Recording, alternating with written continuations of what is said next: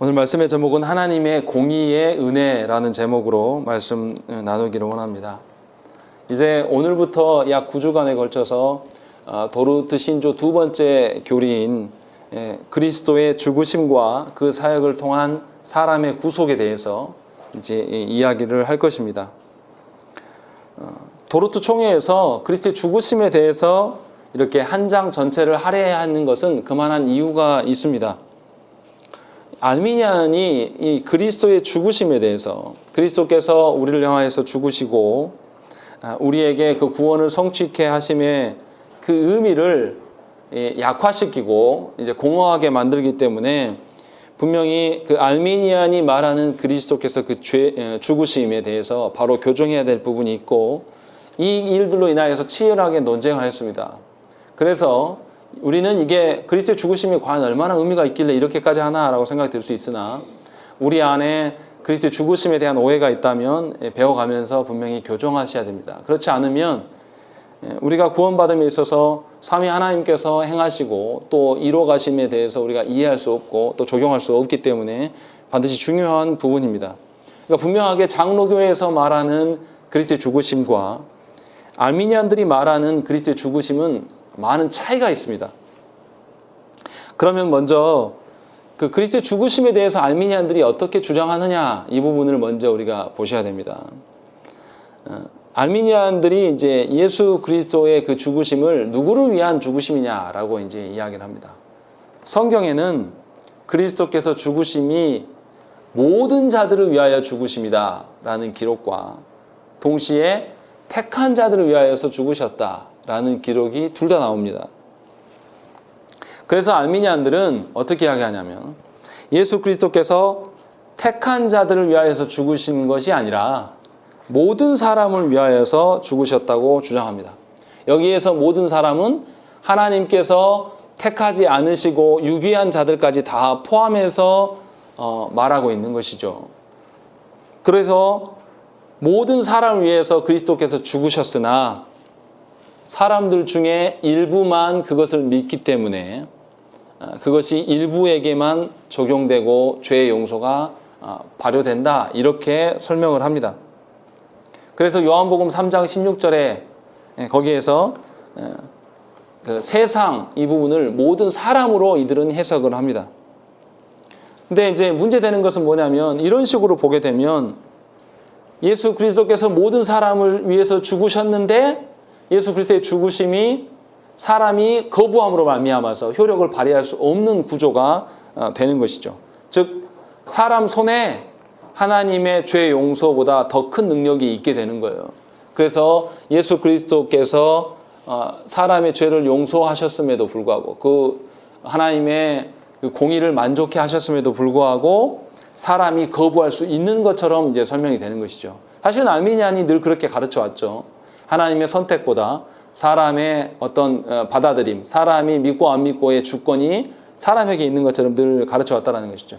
그런 점에서 우리는 바르게 알아야 됩니다. 분명히 하나님께서는 택한 자들을 위하여서 죽으셨음을, 예수 그리스도께서는 그렇게 죽으셨음을 우리가 이해해야 되는 것이고, 또 다른 측면으로서 알미니안들이 어떤 것을 이제 이야기를 하냐면, 하나님께서 타락한 인간에게 구약에서 율법을 주셨습니다. 그래서 율법에 순종하면 영생을 이제 얻을 수 있다고 이제 말합니다. 이게 이제 알미니안의 주장이죠. 그래서 타락한 인간이 이 율법을 준수함으로 구원을 원래 받았는데, 나중에 이 율법을 주고 나서 보니까 타락한 인간이 이 율법의 조건이 너무 높다라는 거죠, 기준이. 그래서 이것을 못 지킵니다. 그러니까 하나님께서도 나중에 이것을 깨달으시고 당황하셨다라는 거예요. 그러니까 하나님께서 언약을 주시고 그 율법의 조항들을 인간이 이루지 못하기 때문에 하나님이 당황하셨어요. 그래서 하나님께서 당신의 공의로움, 의로움을 만족시키기 위하여서 사람이 그것을 만족시킬 수 없음을 나중에 깨닫고 당황하셨기 때문에 이 높은 기준을 낮추려고 누가 오신 거냐면 예수 그리스도께서 오신 것이다, 이렇게 설명을 합니다. 그래서 예수 그리스도께서 십자가에 죽으시고 돌아가심으로 말미암아서 죄값을 지불하게 하신 것은 우리랑 같아요. 그런데 예수 그리스도만으로 구원받음이 아니라 예수 그리스도께서 온전하게 순종해 하심은 그리스도만으로 구원받았다 이 말을 하고 있는 것이 아니라 성부께서 새로운 조건을 인간에게 주시려고 열어놓은 창구일 뿐이다. 이렇게 설명하는 겁니다. 그러니까 예수 그리스도만으로 구원받는 것이 아니죠. 이 사람들의 말은. 그냥 예수님께서 높은 기준을 새롭게 낮추셨다. 이런 식으로 설명하는 거예요. 그리고 이 새로운 조건이 뭐냐면 바로 믿음입니다. 하나님께서 성부께서 다시 새로운 조건을 주셨는데 이 믿음을 통해서 구원을 받는다. 이렇게 설명을 하는 것이죠. 그래서 믿음이 믿고 안 믿고가 삼위 하나님께 속해 있는 것이 아니라 우리한테 속해 있는 것처럼 설명을 합니다. 그래서 믿고 안 믿고 정도는 우리 안에 선함이 약간 있기 때문에 우리의 권한이다. 이렇게 설명을 해봅니다. 그러니까 정리하면 이런 거예요. 그리스도의 죽으심이 죄값을 완전히 지불하신 것이 아니라는 것이고 그냥 하나님께서 새 언약, 성부께서 사람들에게 새 언약을 주시기 위하여서 기준을 그냥 낮춘 정도 이런 식으로 설명이 될 수밖에 없다는 거죠. 그러니까 믿음이라는 것이 사람의 어떠함에 근거한 믿음이 되는 것이지 하나님의 어떠한 그런 근거한 믿음이 되지 않는다는 것이죠. 이들의 설명대로라면. 그래서 구약의 하나님은 아주 무서운 하나님이에요. 엄청 높은 율법의 기준을 주셔서 지킬 수 없는 그 무서운 하나님으로 나타나는 것이고 신약의 하나님은 예수 그리스도를 내어주셔서 자비로운 분이다. 이렇게 이제 설명이 될 수밖에 없다는 것이죠. 그래서 아르미니안들이 바라보는 예수 그리스도의 시각은 우리랑 많이 차이가 납니다. 우리는 예수 그리스도만으로 구원을 받는다라는 입장이지만 이들은 예수 그리스도께서 새 언약을 주시기 위해서 조건을 주셨으나 그것으로만 구원받은 게 아니라 사람의 믿음으로 구원을 받는다. 이렇게 설명하기 때문에 우리는 온전하게 예수 그리스도를 의존해야 되지만 아르미니안들은 사람의 선택에도 뭔가 여지를 남겨놓는 구조가 되는 것입니다. 실제로 이제 그 아르미니안들이 써놓은 그 문서에 보면 그리스도의 죽으신 목적에 대해서 뭐라고 써있냐면 읽어드리겠습니다. 다만 성부 하나님으로 하여금 사람과 은혜 언약이든 행위 언약이든 간에 당신이 기뻐하시는 언약을 한 번 더 세울 수 있는 권리를 얻도록 하는 것일 뿐이었습니다. 라는 거죠. 그러니까 예수 그리스도의 죽으신 목적이 정말 그리스도 때문에 구원받은 것이 아니라 하나님의 높은 기준을 낮추기 위한 목적이었다. 이렇게 설명하고 있는 거예요. 또 뭐라고 되어 있냐면 그리스도께서는 오직 성부께서 다시 사람과 교제하시고 당신의 원하시는 새로운 조건들을 정하기 위한 권위와 완전한 뜻만을 획득하셨습니다. 우리의 온전한 구원함을 획득하신 것이 아니라 성부께서 다시 인간과 새 언약을 맺을 수 있는 어떤 조건만을 획득한 분이다. 이렇게 설명을 하고 있는 것이죠. 그러니까 예수 그리스도의 십자가 사건은 완전한 것이 아닌 것이 되고 또 사람의 어떠함이 이제 부각되는 그런 것이죠. 또 다른 문서에 하나님께서 율법에 대한 완전한 순종의 요구를 폐지하시고 믿음을 율법에 대한 순종으로 간주하시며 믿음의 순종이 비록 불완전할지라도 율법에 대한 완전한 순종으로 간주하신다는 사실에 있습니다. 이렇게 또 기록되어 있어요. 이게 무슨 말입니까? 율법의 순종함과 믿음으로 믿는 것과 동급으로 취급하는 거예요. 근데 우리는 믿음으로 말미암아 구원받는다. 그리고 구원받았음에 감사하여서 율법을 우리가 받아들이는 형태인데 그것이 아니라 이 사람들은 믿음으로 구원을 받는 것이고 사람의 믿음이기 때문에 불순종하고 불완전할 수도 있는데 그것마저도 하나님께서 그리스도로 말미암아 기준을 낮춰놨다. 이렇게 설명하는 것이죠. 그러니까 어떻게 보면 아르미니안들이 우리 장로교회에서 계속 공격했던 게 뭐냐면 오직 믿음으로 구원받는 것은 사람의 성화를 약화시킨다. 이렇게 공격해 왔습니다. 그런데 도리어 아르미니안들이 이야기하는 걸 가만히 들어보면 사람의 믿음이 불완전한데 그 믿음으로 구원받는다라고 이야기하는 거예요. 사실은 이것이 오히려 신자들에게 불완전해도 괜찮아. 조금 하나님께 순종함에 있어서 미진함이 있어도 괜찮은 것처럼 길을 열어주는 형태가 되는 것이죠. 이런 식으로 가르친다는 것입니다. 지금 아르미니안들 이야기를 들으니까 약간 헷갈리시고 잠 오실 수가 있어요. 그런데 아주 비슷한 것 같은데 전혀 다른 이야기를 하는 거예요. 예수 그리스도의 그 존재하심과 예수 그리스도의 구원의 성취하심의 목적 자체가 아예 달라져 버리고 무엇을 믿는 것이고 누구에 의지하여서 구원받는 것 자체도 달라지는 거죠. 알미니안들은 사람의 선택과 사람의 믿음의 근거함을 이야기하는 것이고, 우리 장로교 입장에서는 하나님께서 이루신 구원을 믿는 것, 그러니까 삼위 하나님께 의존하는 방식으로 서는 것이죠. 그래서 전혀 다른 결과를 가져온다는 것이죠. 이것 때문에 엇비슷해 보이는 이 말들 때문에 도르트총회에서 이 알미니안의 가르침에 대해서 아주 긴 시간 논박을 벌이고 싸웠습니다. 그리고 이 도르트 신조에서는 우리 선배들이 그래서 이 국의 조항이나 되는 이 조항들을 할애하면서 이 그리스도의 죽으심에 대해서 낱낱이 다 설명했다는 것이죠.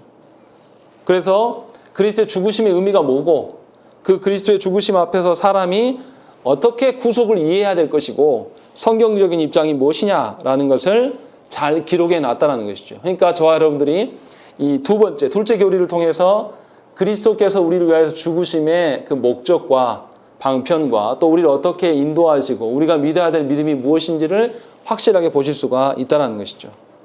자, 그러면 이제 오늘 나왔던 이야기, 이제 본문에 있는 하나님의 공의에 대한 이야기를 이제 해봐야 되겠습니다. 하나님의 공의를 이야기하기 전에 하나님의 속성에 대해서 우리가 한번 생각을 해봐야 됩니다. 하나님은 공의로우시기만 한 분이 아니에요. 하나님은 공의로우시면서 동시에 자비로우신 분입니다. 이것을 우리가 분리해서 생각을 하면 안 돼요. 왜냐하면 이게 충돌되는 것처럼 보여요. 하나님의 공의, 그러면 하나님의 공의를 이루려면 어떻게 해야 됩니까? 하나님이 말씀하시는 엄격한 기준을 지켜야 돼요. 그렇죠? 근데 또 하나님의 자비를 이야기하면 어떻습니까? 이거 안 지켜도 용서해 주는 것이 우리는 자비라고 생각합니다. 근데 그게 아니라는 거죠. 우리가 지금 오해하고 있는 거라는 거죠. 하나님의 공의와 하나님의 자비가 함께 공존할 수 있다. 지금 그 이야기를 설명을 하려고 하는 것입니다. 먼저 우리가 하나님의 공의를 이야기할 때 제일 먼저 인간의 타락함을 한번 생각을 해봐야 돼요. 에덴 동산에서 하나님께서 아담에게 당신의 공의로우심을 설명하는데 그냥 공의로우심만 드러내지 않고 분명히 자비하심을 근거로 한 공의로우심을 드러내고 있습니다. 창세기 2장 16절에 보시면 여호와 하나님이 그 사람에게 명하여 이르시되 동산 각종 나무의 열매는 네가 임의로 먹되 17절에 선악을 알게 하는 나무의 열매는 먹지 말라. 네가 먹는 날에는 반드시 죽으리라 하시니라 라고 되어 있습니다. 그러니까 하나님께서 이 아담에게 먹지 말라고 명령하시기 전에 뭐가 전제되어 있냐면 아담을 창조해 주시고 아담에게 에덴 동산을 주셨고 또 에덴 동산을 지키라고 돌보라고 명령하심도 전제되어 있고, 그러니까 에덴 동산과 거기서 취할 수 있는 모든 것들을 제공하시면서 지키라고 말씀하시는 거예요. 그러니까 엄격한 지키라고 하는 공의로움만 말씀하신 게 아니라 분명하게 자비를 바탕으로 한 공의를 이야기하고 있고, 공의가 있기 때문에 하나님의 자비가 존재할 수 있는 그런 구조 속에서 지금 말씀하고 있다는 것이죠. 그러니까 아담은 하나님께서 명령대로 이 에덴 동산을 잘 돌보면서 지키면서 하나님의 그 명령, 선악을 알게 하는 나무의 열매를 먹지 않으면 분명히 살 수 있었습니다. 영생할 수 있었습니다. 그런데 아담이 결국에는 어떻게 합니까? 선악과를 먹고 말았어요. 이제 문제는 여기서부터인 거죠. 하나님은 공의롭고 자비로우시기 때문에, 또 하나님은 불변하신 하나님이에요. 그러니까 하나님의 기준이 변하면 안 됩니다. 분명히 약속의 하나님이시기 때문에. 그래서 하나님께서 약속대로 아담을 죽이셔야 됩니다. 민수기 23장 19절의 말씀에 보면 하나님은 사람이 아니시니 거짓말을 하지 않으시고 인생이 아니시니 후회가 없으시도다. 어찌 그 말씀하신 말을 행하지 않으시며 하신 말씀을 실행하지 않으시랴, 이렇게 되어 있는 것이죠. 그러니까 하나님께서 에덴 동산에서 분명히 아담에게 약속하셨으면 그 하나님의 약속에 대해서 신실해야 됩니다. 그런데 아담은 신실하지 않았죠. 하지만 하나님은 불변하시고 신실하신 하나님이기 때문에 분명히 아담을 죽이셔야 했다는 것이죠. 이 점을 우리가 수긍해야 돼요. 인간이 마땅히 죽어야 함에 대해서 인정하고 그 다음 이야기를 할 수 있는 거죠. 우리가 이것을 인정하지 않기 때문에 하나님의 공의로우심을 이야기하면 항상 하나님의 자비를 들먹이는 거예요. 하나님의 공의로우심 덕분에 반드시 아담이 죽어야 하는 것은 당연한 것이고, 아담의 후손인 우리 역시도 아담의 허리에서 함께 그 범죄한 현장이 있었기 때문에 우리 역시도 죽어야 되는 것이 마땅한 것입니다. 이게 하나님의 공의예요. 이것의 전제를 분명히 이해해야 된다는 것이죠. 그러면 여기서 말하는 죽음이라는 게 뭘까요? 하나님께서 아담에게 말씀하시는 그 죽음이 뭐죠? 그냥 몸의 죽음만을 말하지 않아요. 오늘 제1조에도 보면 세 번째 줄에 우리가 범한 죄들이 이 세대뿐만 아니라 오는 세대의 몸과 영혼 둘 다 심판받아야 할 것을 요구합니다 라고 되어 있어요. 하나님이 죽음을 이야기하셨는데 그 죽음은 몸의 죽음뿐만 아니라 영혼의 죽음까지도 다 포함하고 있는 거예요. 이것을 합쳐서 이야기하면 어떤 거냐면 하나님으로부터 버림받음이에요. 완전한 버림받음. 하나님의 어떤 여지를 남겨놓는 것이 아니라, 그러니까 예수님께서 십자가상에서 하나님께 버림받으셨어요. 근데 그 버림받으심을 두고 예수님께서 고통스러워하셨어요. 이 말은 예수님이 육체의 죽음 때문에 고통스러워하신 그것만을 이야기하는 게 아니고 하나님께 온전한 버림받음, 이것이 있기 때문에 예수께서 고통스러워하셨다는 거죠. 우리는 그렇게 버림받은 적이 한 번도 없습니다. 그랬다라면 저와 여러분들은 존재하지 않겠죠. 그런데 우리는 그렇게 버림받음이 없음에도 불구하고 우리는 하나님께서 우리의 육신의 어떠한 만 건드려도 하나님의 공의를 이야기하는 게 아니라 하나님의 자비 없음을 이야기하는 자들이에요. 그러니까 우리가 아주 이기적이고 마땅히 공의로 말미암아 죽었어야 될 자녀에 대한 이 전제 없이 하나님께 이야기를 하는 것이죠. 이것은 하나님과 우리의 위치를 우리가 다 뒤집어 버리는 거예요. 그냥 하나님과 내가 똑같은 존재이다 이렇게 생각하기 때문에 이렇게 말한다는 것이죠. 그러니까 하이델베르그 교리문답 4주일 그 11문답에도 뭐라고 나와 있냐면 하나님께서는 공의로우심으로 지극히 높으신 하나님의 권위에 대항하는 죄에 대해 가장 심한 형벌 곧 몸과 영혼의 영원한 형벌을 받게 하십니다. 이렇게 기록하고 있어요. 무슨 말입니까? 하나님과 내가 동등한 존재인 것처럼 하나님의 공의로 말미암아 내가 마땅히 죽어야 됨을 부인하는 것은 하나님의 공의로우심에 대한 극심한 도전이고 대적하는 것입니다. 이 대적함만을 가지고도 하나님은 우리를 영원한 형벌 가운데 두시는 것이 너무나 합당하다라고 말하는 것이 하이델베르그 교리문답의 신앙 고백이에요. 그러니까 하나님께서 말씀하시는 그 공의로움에 근거하여서 우리의 영과 죽음의 완전한 죽음, 이것이 우리가 처한 문제라는 것입니다. 그러니까 사람은 죄를 용서받든지 아니면 몸과 영혼의 완전한 죽음을 경험하든지 둘 중에 하나여야 돼요. 그러니까 하나님의 공의를 만족시키지 않으면 우리는 반드시 죽었어야 될 자들인 것이죠. 그러한 상황 앞에 우리가 놓여 있다는 것입니다. 그것을 전제하고 다음 이야기를 하는 거죠. 그런데 오늘 읽은 우리 이사야서 1장 27절 말씀에 보면 잘 이해되지 않는 말씀이 있습니다. 다시 한번 읽어보시죠. 그게 뭐라고 적혀있나? 읽겠습니다. 시작. 시온은 정의로 구속함을 받고 그 돌아온 자들은 공의로 구속함을 받으리라. 이거 우리 상식으로 좀 이해가 안 되죠. 분명히 하나님의 정의와 공의를 이용하면 우리가 구속을 받을 수 있을까요? 없을까요? 하나님의 공의로우심의 기준으로 저와 여러분들의 삶의 지표나 우리의 존재됨과 우리의 어떤 것을 평가하신다라면 저와 여러분들 중에 구원 받을 사람이 있겠습니까? 없겠습니까? 대답을 좀 하세요.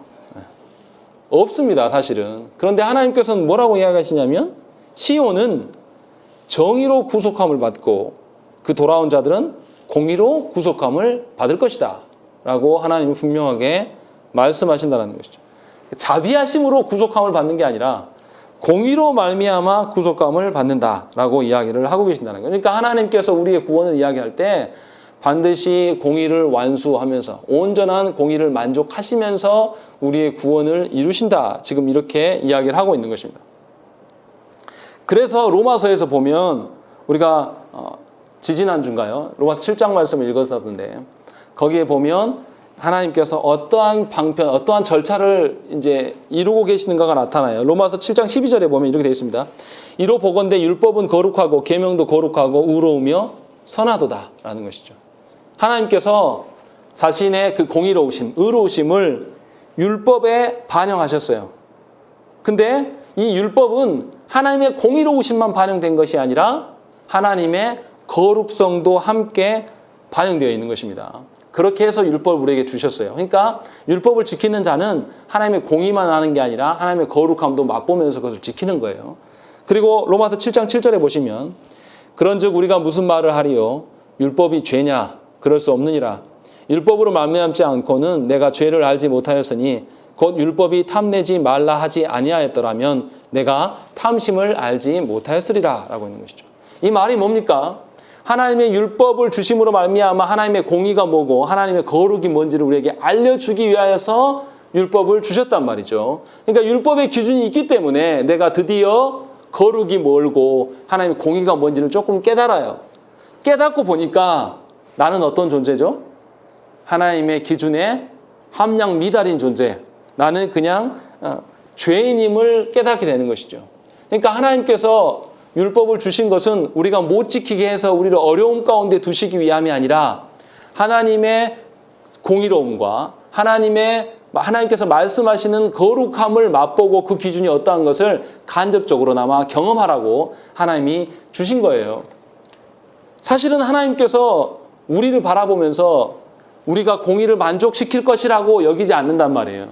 다만 하나님께서 공의를 만족시키는 것의 목적을 우리에게 두시기 위함이 아니라 당신의 공의로우심과 거룩하심이 어떠한 것인가를 우리가 알기를 바라셨다는 거예요. 그래서 율법을 주시고 하나님의 기준이 어떠한 것을 우리가 간접적으로 경험케 하셨다는 것이죠. 로마서 3장 19절에 이어서 무슨 이야기 하냐면 우리가 알거니와 무릇 율법이 말하는 바는 율법 아래에 있는 자들에게 말하는 것이니 이는 모든 입을 막고 온 세상으로 하나님의 심판 아래에 있게 하려 함이라 라고 있는 것이죠. 그러니까 다시 처음에 우리가 이야기했던 하나님의 공의로우신 기준으로 보니까 우리가 죄인일 수밖에 없고 우리는 마땅히 죽어야 돼요. 이것을 깨닫게 하시기 위하여서 하나님께서는 율법의 방식으로 우리에게 알려준 거죠. 그러니까 하나님의 거룩성과 하나님의 공의로움을 알면 나는 반드시 죄인일 수밖에 없고 죄인이기 때문에 죽을 수밖에 없어요.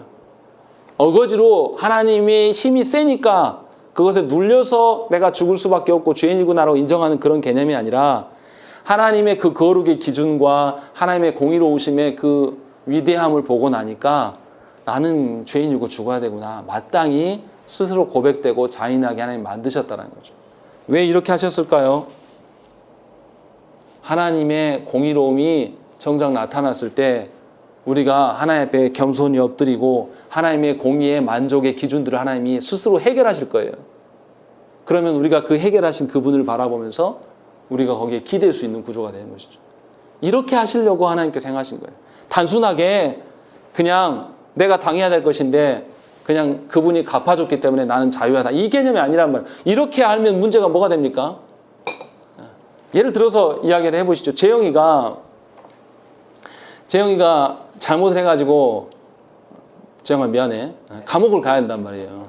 그럼 감옥 가야 되는데 재영이가 감옥 가기 위하여서 이제 그 과정들 최소한 유치장도 갔다 오고 재판의 과정들을 좀 길게 끌면서 이제 형벌이 시작됨을 간접적으로 경험한 다음에 누군가가 대신해서 감옥 가게 되고 문제가 해결되어서 그렇게 간 거하고 그냥 처음부터 재판의 과정 유치장 가는 것도 없이 그냥 엄마가 뒤집어 써가지고 엄마 그냥 감옥 가버렸어요. 이거하고 물론 엄마가 갔기 때문에 좀 영향은 있겠지만 비유가 좀 이상하긴 합니다. 그런데 분명히 상황은 달라요.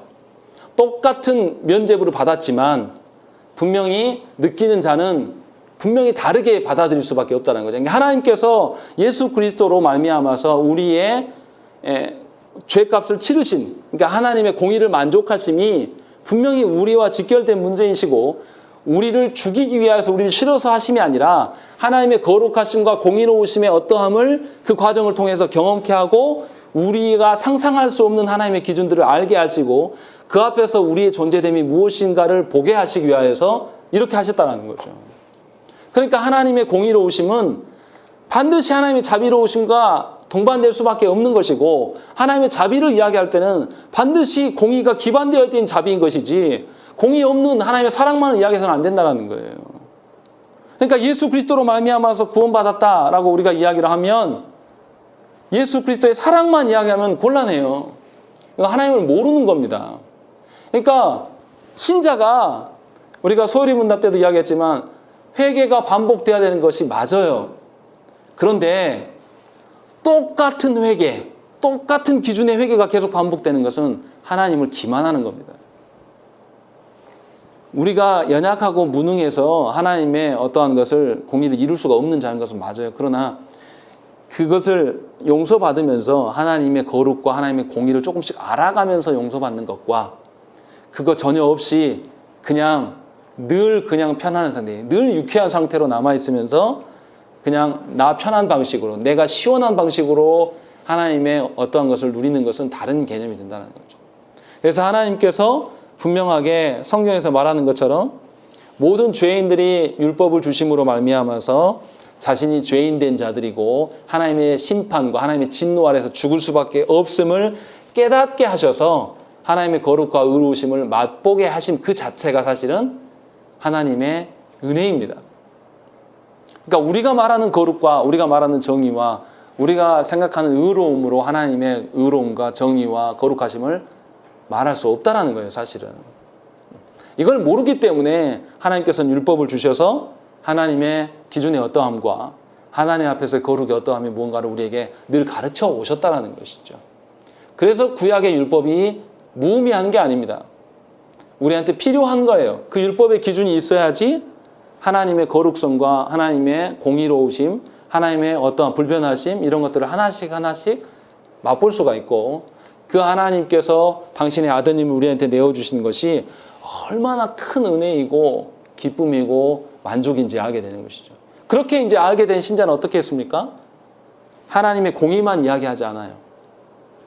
하나님의 자비를 함께 이야기합니다. 더 쉽게 이야기하면요. 예수 그리스도를 통해서 이 과정에 하나님의 어떠한 성품을 닮아가는 신자라면 자신 안에 하나님의 그 말씀에 엄격한 기준이 있어요. 이 기준으로 자녀를 목양하고 가르칠 겁니다. 동시에 하나님께서 베푸신 그 자비로우심도 동시에 존재하는 거예요.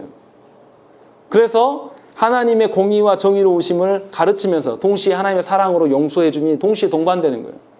그러니까 신자는 이성적이고 지성적이고 건조해진 자만이 신자, 그렇게 말하면 안 돼요. 신자가 아닙니다. 신자는 이성적이면서도 동시에 정서적이면서 의지적인 존재인 것이죠. 그래서 하나님 앞에서 예수 그리스도께서 우리에게 행하신 바는 사람의 전 존재에 영향을 미치고 그 존재됨이 예전과는 전혀 다른 존재됨으로 서게 되는 거예요. 그러니까 예수 믿었다라고 이야기하면 분명히 하나님의 자비로우심을 전제로 한 의로우심과 하나님의 의로우심을 전제로 한 자비로우심을 누리는 자여야 된다는 것이죠. 이게 논리적으로는 뭔가 모순이 일어나는 것 같지만 하나님은 인간의 논리에 매어 계신 분이 절대 아니에요. 하나님은 인간을 뛰어넘으신 초월자세요. 만약에 인간이 간파될 정도의 하나님이라면 하나님이 아니죠. 신이 아니죠. 그러니까 저와 여러분들이 우리의 논리로 하나님의 그 심판 앞에 하나님의 진노 앞에서 왜 하나님은 우리를 이렇게 미워하기만 한다냐 이렇게 말하면 안 돼요. 왜 하나님의 공의를 이야기하실 때 왜 하나님은 자비함이 없고 사랑이 없으신 분이냐 이렇게 말하는 것은 우리의 그냥 무지고 무능인 것이지 하나님의 공의와 하나님의 자비를 말하고 있는 게 아니에요, 사실은. 그러니까 저와 여러분들이 분명히 구별해야 될 게 하나님의 그 공의로우심으로 말미암아서 심판이 불가피하지만 하나님께서는 분명히 자비하시기 때문에 그 심판을 피해갈 수 있는 길을 예수 그리스도를 통해서 이루셨어요. 이 모든 것을 두 가지를 다 알아야지 하나님의 어떠한 무진가를 우리가 알 수 있다는 것이죠. 그러면 이제 우리의 구원이라는 것은 오직 예수 그리스도를 통해서밖에 이루어질 수 없는 것이고 예수 그리스도께서 이루심인 도저히 우리가 따라할 수 없는 것이구나 라는 것을 알게 되고 우리가 전에는 세상의 공의와 세상의 정의를 꿈꾸며 살았으나 이제는 하나님의 공의와 정의를 꿈꾸며 사는 자. 그러니까 오전에도 말씀드렸지만 세상에서 말하는 상식적인 선을 훨씬 뛰어넘는 자로 우리가 살아갈 수 있게 되는 것이죠. 그것을 이미 경험했고 그것을 예수 그리스도로 말미암아서 우리가 알고 있기 때문에 새로운 기준으로 살아갈 수밖에 없게 되는 것입니다. 그러니까 하나님의 용서하심은 그냥 용서가 아니에요. 아이들한테도 똑같습니다. 아이들을 이렇게 가르쳐 우리 자녀들을 안 좋은 뭔가 버릇을 고쳐 나갈 때 어떻게 합니까? 공의와 사랑이 동반돼야 돼요. 그냥 엄격한 기준만 있어가지고 잘못하면 와가지고 매 두드러 패고 그냥 딱 말면 이 아이는 기계적인 인간이 되는 겁니다.